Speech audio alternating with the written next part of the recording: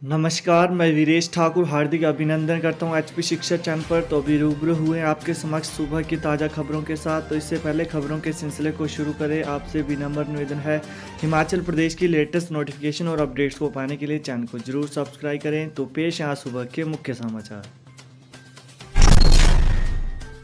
Sanitiser घोटाला, vigilance ने court में दाखिल की चार्जशीट, 5 को बनाया आरोपी। हिमाचल प्रदेश की राजधानी शिमला स्थित राज्य सचिवालय में कोरोना काल के शुरुआती दौर में हुए कथित सैनिटाइजर घोटाले की जांच कर रही विजिलेंस ने शनिवार को स्थानीय अदालत में चार्जशीट दाखिल कर दी है। चार्जशीट में राज्य सचिवालय में तैनात संयुक्त सचिव स्तर के अधिकारी के अलावा 3 अन्य कर्मचारियों और सैनिटाइजर सप्लाई करने वाले ठेकेदार को आरोपी बनाया गया है। वहीं मामले की जांच करीब 6 महीने पहले पूरी हो गई थी, लेकिन सरकार संयुक्त सचिव के खिलाफ विजिलेंस की मांगी अभियोजन मंजूरी पर फैसला नहीं ले सकी थी। हाल में मुख्यमंत्री ने अभियोजन मंजूरी दे दी, जिसके बाद कार्मिक विभाग ने ब्यूरो को इससे अवगत करा दिया। चलने फिरने में असमर्थ हिमाचल की दिव्यांग बेटी को चंडीगढ़ में पुनर्वास केंद्र से निकाला। रीढ़ की हड्डी की गंभीर बीमारी के कारण चलने फिरने में असमर्थ विधानसभा क्षेत्र सुजानपुर की शिखा शर्मा को चंडीगढ़ में सड़क किनारे रात बितानी पड़ी है। गुरुवार को उन्हें चंडीगढ़ के एक पुनर्वास केंद्र से निकाल दिया गया। वीडियो वायरल होने के बाद सहेलियों ने शिखा को दूसरे पुनर्वास केंद्र में भर्ती करवाया। रीढ़ की हड्डी की बीमारी के कारण शिखा कई सालों से घर में बिस्तर में पड़ी रही, इससे उनकी पीठ में घाव बन गए। इलाज करवाने के लिए उनके पिता जोगराज शर्मा ने अक्टूबर में बेटी को चंडीगढ़ में दाखिल करवाया। इसी साल मई में उनका अकस्मात देहांत हो गया। वहीं शिखा की माता का भी वर्ष 2018 में निधन हो चुका है। सालों से बिस्तर में पड़ी शिखा को अभी तक सरकार से कोई मदद नहीं मिली है। हालांकि केंद्रीय मंत्री अनुराग ठाकुर ने एक बार शिखा को इलाज के लिए अपनी तरफ से 25,000 की आर्थिक मदद दी है। विधायक राजेंद्र राणा ने भी आश्वासन दिया था कि वो अपनी देखभाल के लिए किसी महिला की सेवाएं ले सकते हैं। महिला को प्रतिमाह अपनी जेब से खर्च देंगे। शिखा 1 साल से चंडीगढ़ में इलाज करवा रही है। चुनावी साल से पहले जयराम सरकार ने कर्मचारियों के लिए खोला खजाना। वर्ष 2022 के चुनावी साल से ठीक पहले प्रदेश सरकार ने पंजाब की तर्ज पर कर्मचारियों के वोट बैंक पर निशाना साधते हुए उनके लिए खजाना खोल दिया है। बेशक हिमाचल की अर्थव्यवस्था पटरी पर नहीं चल रही है और सरकार करीब 62,000 करोड़ रुपए से अधिक के कर्ज में डूबी है, फिर भी सीएम जयराम ठाकुर ने कर्मचारियों और पेंशनरों के हिस्से का बजट बढ़ाकर दिलेरी दिखाई है। इस फैसले से अगले साल होने वाले विधानसभा चुनाव लक्षित किए गए हैं। वहीं हिमाचल में कर्मचारी वोट बैंक काफ़ी बड़ा है। जैसे ही मुख्यमंत्री ने नए वेतनमान और भत्ते देने सहित अनुबंध कार्यकाल घटाकर 2 साल करने की घोषणा की तो पीठराव शिमला का सभागार तालियों और नारों से गूंज उठा। हाल में उपचुनाव में भाजपा की 1 लोकसभा सीट और 3 विधानसभा सीटों पर हार हुई है। इस हार से सबक लेते हुए जयराम सरकार हिमाचल के लाखों कर्मचारियों और पेंशनरों को खुश करने में जुट गई है।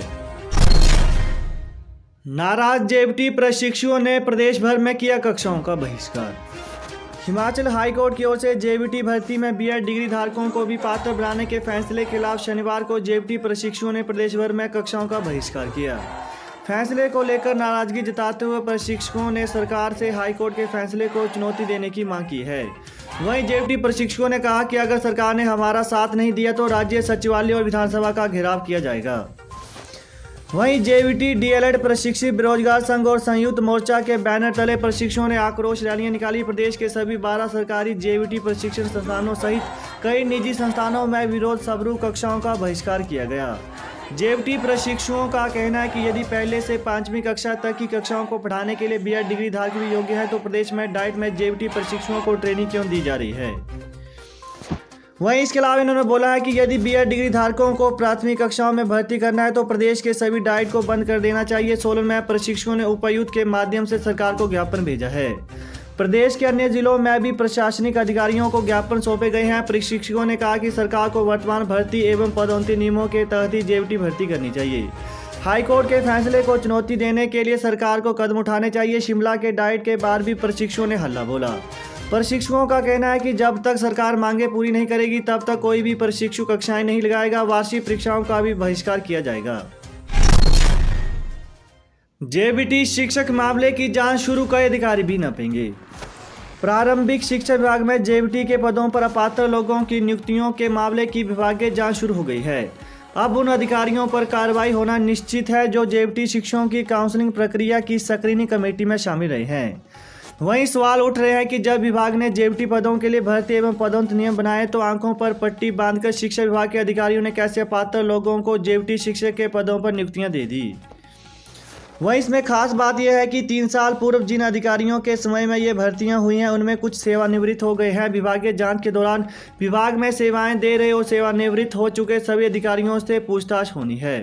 प्रारंभिक शिक्षा उपनिदेशक कार्यालय हमीरपुर से मामले से जुड़ी रिपोर्ट शिक्षा निदेशालय शिमला भेज दी गई है। तकनीकी विश्वविद्यालय खाली सीटों के लिए 30 नवंबर को स्पोर्ट काउंसलिंग। हिमाचल प्रदेश तकनीकी विश्वविद्यालय हमीरपुर ने B Tech direct lateral entry, B Arch, BSc, HMCT, BHMCT, BCA, BBA, MBA, MBA पर्यटन, MCA, M Tech, M pharmacy, MSc भौतिक विज्ञान, पर्यावरण विज्ञान, पीजी डिप्लोमा योग में दाखिला लेने के लिए विद्यार्थियों को एक और अवसर दिया है। वहीं तकनीकी विश्वविद्यालय संबंधित सरकारी और निजी शिक्षण संस्थानों में इन विषयों की खाली सीटों को भरने के लिए 30 नवंबर को स्पोर्ट काउंसलिंग करवाएगा।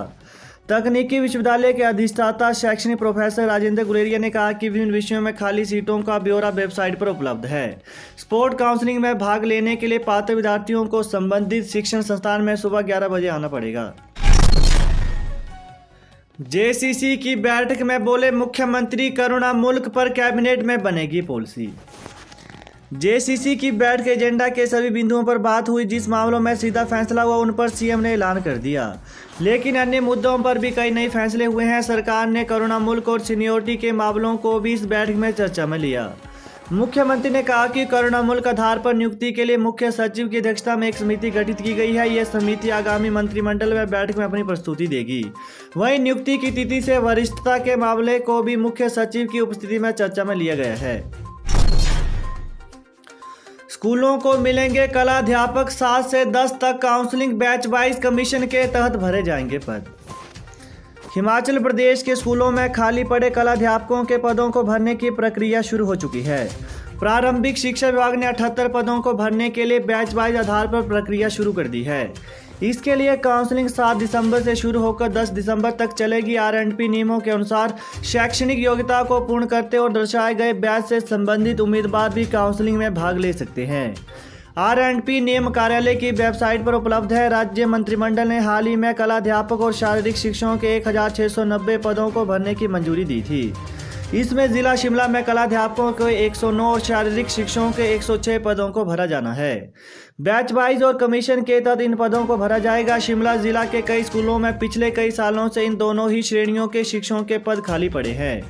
4 सालों से इन दोनों ही श्रेणियों में एक भी पद नहीं भरा गया। अस्थायी व्यवस्था के तहत स्कूलों में शिक्षकों की तैनाती की गई है। सरकार ने इन पदों को भरने की मंजूरी दी है। अब विभागीय स्तर पर इसके लिए प्रक्रिया शुरू होने जा रही है। इंदर ठाकुर बोले, कर्मचारियों के साथ हुआ सिर्फ मजाक, सिर्फ राजनीतिक लाभ लेने के लिए बनाया गया था यह फ्रंट। राजपत्रित कर्मचारी महासंघ के प्रदेश अध्यक्ष इंदर ठाकुर ने जेसीसी की बैठक को कर्मचारियों के साथ मजाक बताया है। उन्होंने कहा कि शनिवार को हुई बैठक में जेसीसी का औचित्य ही खत्म कर दिया गया है। राष्ट्रीय राज्य कर्मचारी महासंघ के नेताओं ने कहा कि जेसीसी बैठक में मुख्यमंत्री का भाषण नहीं होता था, बल्कि इससे एजेंडे पर चर्चा की जाती थी। सरकार का पक्ष मुख्यमंत्री रखते थे। वहीं यह बैठक सचिवालय के सम्मेलन हाल में होती थी, जिसे बदलकर पीठराम में कर दिया गया। बैठक में मुख्यमंत्री से स्पीच करवाई गई, कोई एजेंडा डिस्कस नहीं किया गया। यह कर्मचारियों के साथ छलावा करने का षड्यंत्र था।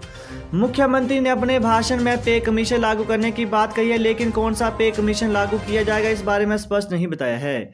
वहीं 2 वर्ष अनुबंध अवधि भाजपा का विजन डॉक्यूमेंट था और जेसीसी का मुद्दा नहीं था।